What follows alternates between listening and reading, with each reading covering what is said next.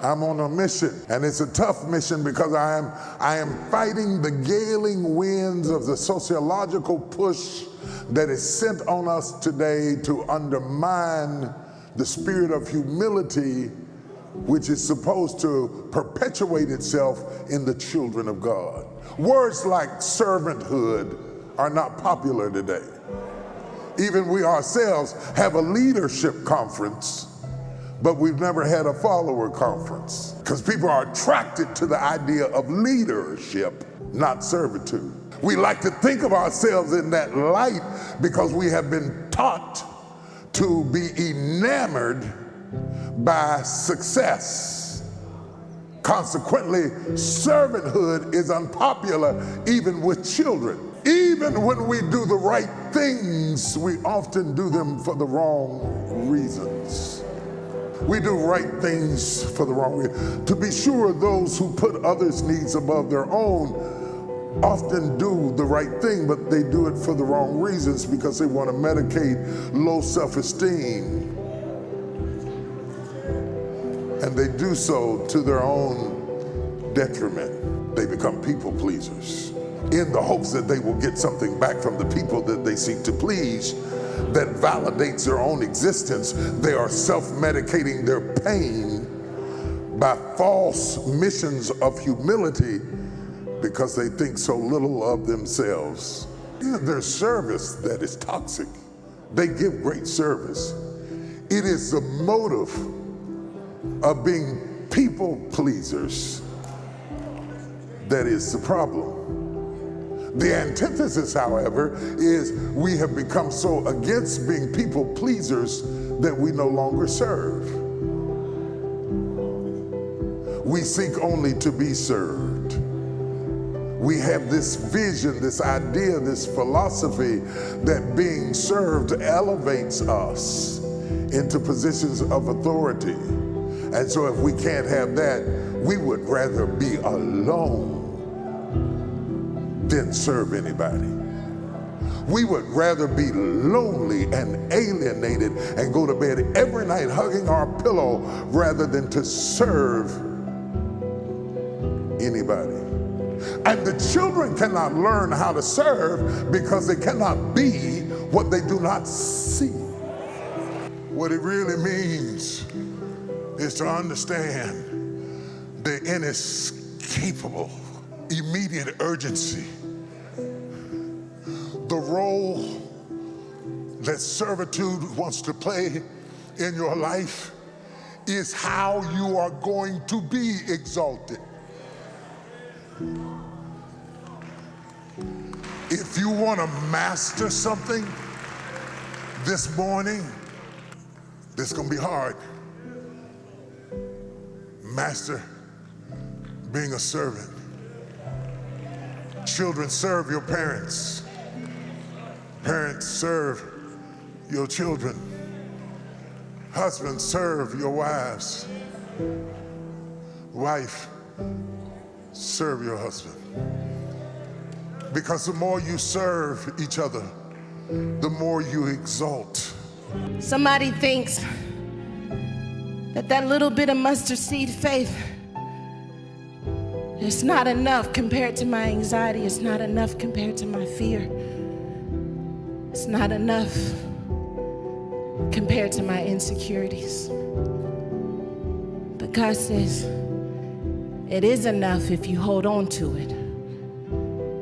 That I just don't have the power to stand up to this opposition. That's what you're saying. So I know that that's what you're holding on to, is inadequacy.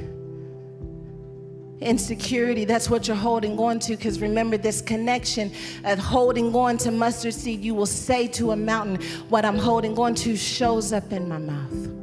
And no, it may not seem like enough. And no, it may just be a little bit. But Jesus tells the disciples in this text, he says, in order for you to be able to cast out that demon, in order for you to cast out that sickness, in order for you to manifest the power that I have given you in this season for the opposition that you are up against, What God is looking for more than anything is someone who is willing to say, here is my little bit of faith. I won't let what's happening in this world strip it from me. I won't let what's happening in this marriage strip it from me. I got faith for that child. I don't care how many times I go up and down with them. I got faith for that child. I got faith for my family. I got faith for my mental health. I got faith for my emotional health. I got faith for my physical health. I got faith for my church. I got faith for my ministry. I got faith for this gift. I got faith for this talent. And God, it's only a little bit of faith, but you told me that that's all it takes. It's okay when we find ourselves in moments of unbelief. Unbelief, it's not the same as disbelief. It's an opportunity for our belief to grow on a new level. You're watching this message and you've never had to believe on this level before. I want to pray with you. I want to pray with you because I believe that God gave me this message for you.